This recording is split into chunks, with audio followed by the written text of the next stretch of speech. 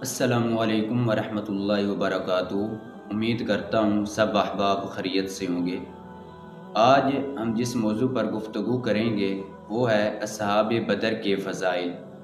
اصحاب بدر کو اللہ تعالیٰ نے بڑے فضائل عطا فرمائے۔ صحیح بخاری میں آتا ہے کہ اللہ تعالیٰ نے اصحاب بدر کو ارشاد فرمایا کہ اب جو چاہو عمل کرو، اللہ تعالیٰ نے تمہیں بخش دیا ہے۔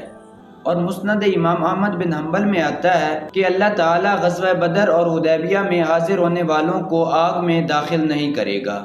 اصحاب بدر کے فضائل تو اتنے زیادہ ہیں کہ اگر کوئی انسان اصحاب بدر کا ذکر کرے، پھر اللہ تعالیٰ کی بارگاہ سے دعا کرے، تو اللہ تعالیٰ اس انسان کی دعا کو رد نہیں کرتا، بلکہ اللہ تعالیٰ اس انسان کی دعا کو قبول فرما لیتا ہے۔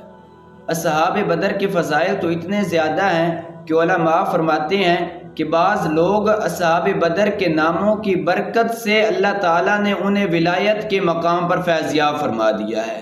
اب دیکھو کہ اصحاب بدر کے ناموں کی برکت سے اللہ تعالیٰ انسان کو ولایت کے مقام پر فیضیاب فرما دیتا ہے۔ جن کے ناموں کی برکت سے اللہ تعالیٰ انسان کو ولایت کا مقام عطا فرما دے، تو اللہ تعالیٰ نے اصحاب کو کتنا مقام و مرتبہ عطا فرمایا ہوگا۔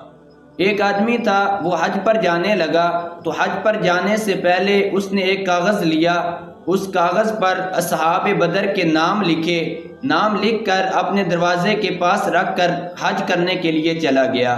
تو چوروں نے اس موقع کو غنیمت سمجھا کہ وہ تو حج پر چلا گیا ہے، اب ہم اس کے گھر جا کر چوری کرتے ہیں۔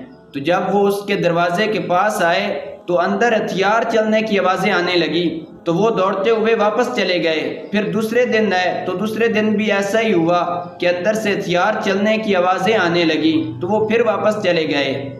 تو اب جو گھر کا مالک تھا وہ حج کر کے جب واپس آیا تو ادھر چوروں کا مالک اس کے پاس آیا، عرض کرنے لگا کہ وہ کون سی چیز ہے کہ جس کی وجہ سے اللہ تعالیٰ نے تیرے گھر کی حفاظت فرمائی ہے۔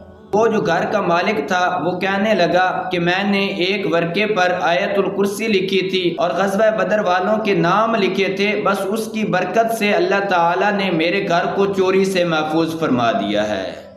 تو ہمیں بھی چاہیے کہ ہم غزوہ بدر والوں کے ناموں سے برکت حاصل کریں اور 17 رمضان المبارک کو غزوہ بدر والوں کے لیے خوب احصال ثواب کریں۔